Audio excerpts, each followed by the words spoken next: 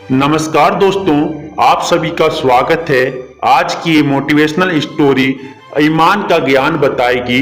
तो चलिए, तो शुरू करने से पहले अगर इस चैनल पे आप नए हो तो चैनल को सब्सक्राइब करें और बेल आइकन को प्रेस कर दें। चलिए, ईमान का ज्ञान, ईमानदारी का फल शीर्षक का कहानी स्टार्ट करता हूँ।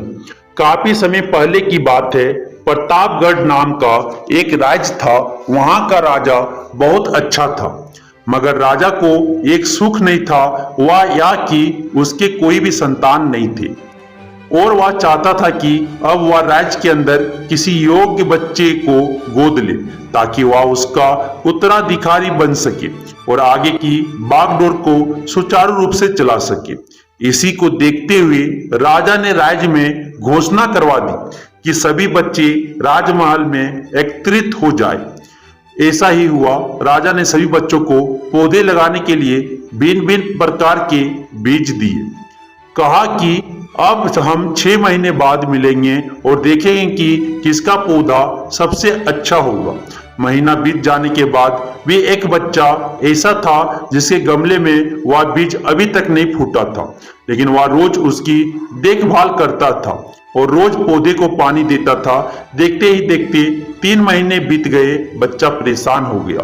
तभी उसकी माँ ने कहा कि बेटा धैर्य रखो, कुछ बीजों को फलने में ज्यादा वक्त लगता है। और वह पौधे को सिंचता रहा।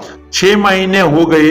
राजा का पास जाने का समय आ चुका था, लेकिन वह डरा हुआ था कि सभी बच्चों के गमलों में तो पौधे होंगे और उसका गमला खाली होगा।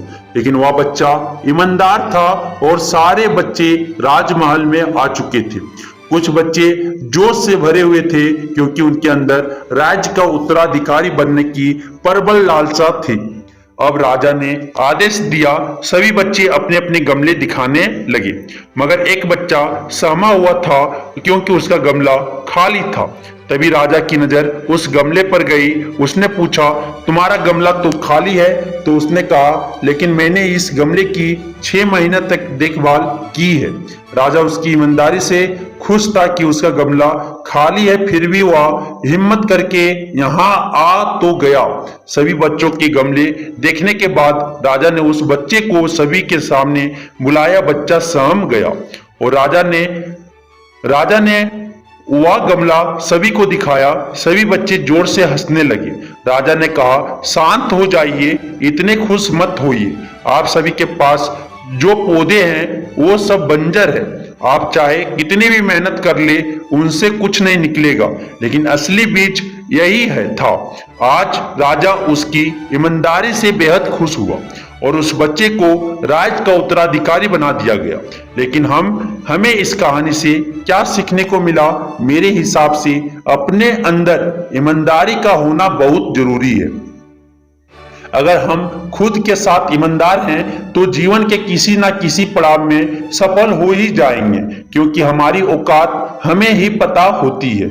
हम खुद को पागल बनाकर खुद का ही नुकसान करते हैं। फाइनली मुझे उम्मीद है कि आपको भी यह मोटिवेशनल स्टोरी अच्छी लगी होगी। अगर आप और भी मोटिवेशनल स्टोरी को सुनना चाहते हो तो हमारे YouTube चैनल को सब्सक्राइब कर दें। आपको छोटी छोटी लेकिन प्रेरणादायी कहानियों का यहाँ पे आपको भरपूर खजाना मिलेगा। और इस कहानी को अगर आपको थोड़ा भी मोटिवेशनल मिला होगा तो आप अपने दोस्तों के साथ अवश्य शेयर करें, जिससे उनका फ्यूचर संभल जाए या उनका फ्यूचर बन जाए। आपका कीमती समय देने के लिए दिल से आपका शुक्रिया। Thank you.